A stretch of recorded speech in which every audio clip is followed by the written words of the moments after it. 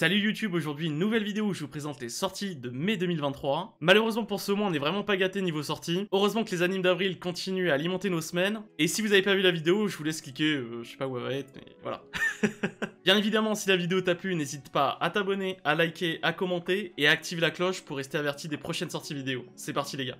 Commençons avec le premier animé, Psycho-Pass Providence. Donc ce n'est pas réellement un animé, mais c'est plus un film pour célébrer les 10 ans de la licence qui sortira le 12 mai 2023. Peu d'informations ont été dévoilées le concernant, mis à part l'affiche du film et les trailers, les quelques visuels qu'on a. Du coup, vu que le synopsis du film n'a pas été divulgué, on va partir sur le synopsis de Psycho-Pass et avec le trailer du film du coup. Voilà. En l'an 2112, la société est régie par un système nommé Sibyl, permettant de mesurer instantanément l'état mental d'une personne, sa personnalité et la probabilité qu'elle commette des crimes. Lorsque le coefficient de criminalité d'une personne devient trop élevé, elle se retrouve poursuivie et appréhendée afin de suivre une thérapie pour l'aider à retourner sur le droit chemin. Akane Tsunemori, jeune recrue fraîchement arrivée au sein de l'unité 1 de la division des enquêtes criminelles du BSP, souhaite servir la cause et aider à rendre le monde plus juste. Seulement, la jeune femme va rapidement comprendre que les jugements du système Sibyl sont loin d'être parfaits. Pour le moment, nous ne savons pas si le film sort en salle de cinéma ou sur une plateforme de streaming. Passons à la prochaine sortie de mai, Idolish 7 Beyond the Period. Comme le précédent, ce n'est pas un animé mais un long métrage qui sera divisé en deux. La première partie appelée Day 1 sortira le 20 mai 2023 et la deuxième partie Day 2 sortira le lendemain. Il s'agit d'une histoire qui met en scène des groupes d'idoles masculins qui participent à une grande compétition de musique appelée Black or White Live Showdown. Après leur victoire, ils se préparent à donner un grand spectacle en direct en mai. Le groupe Idolish 7, Trigger, Revel et Zool se préparent pour cet événement inoubliable. La musique joue un rôle central dans cette histoire qui promet être une soirée divertissante pour tous les fans de musique et d'idoles. Et pour l'instant, ce long métrage n'a toujours pas de diffuseur en France. Continuons avec le prochain animé, qui est aussi un film.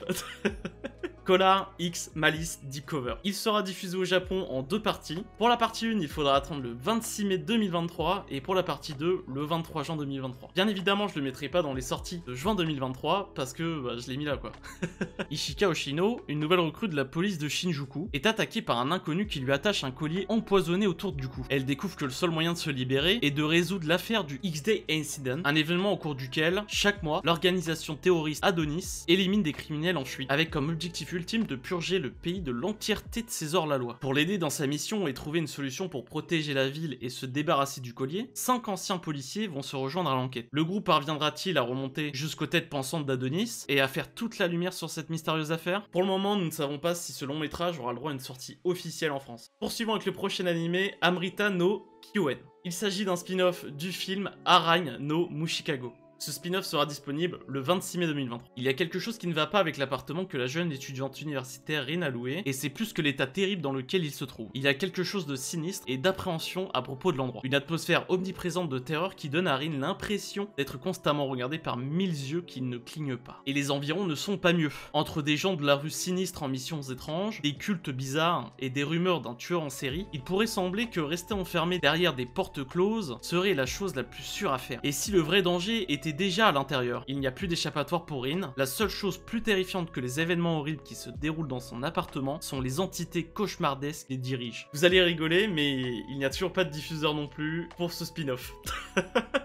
Passons à la dernière sortie de mai, et cette fois, c'est bien un animé.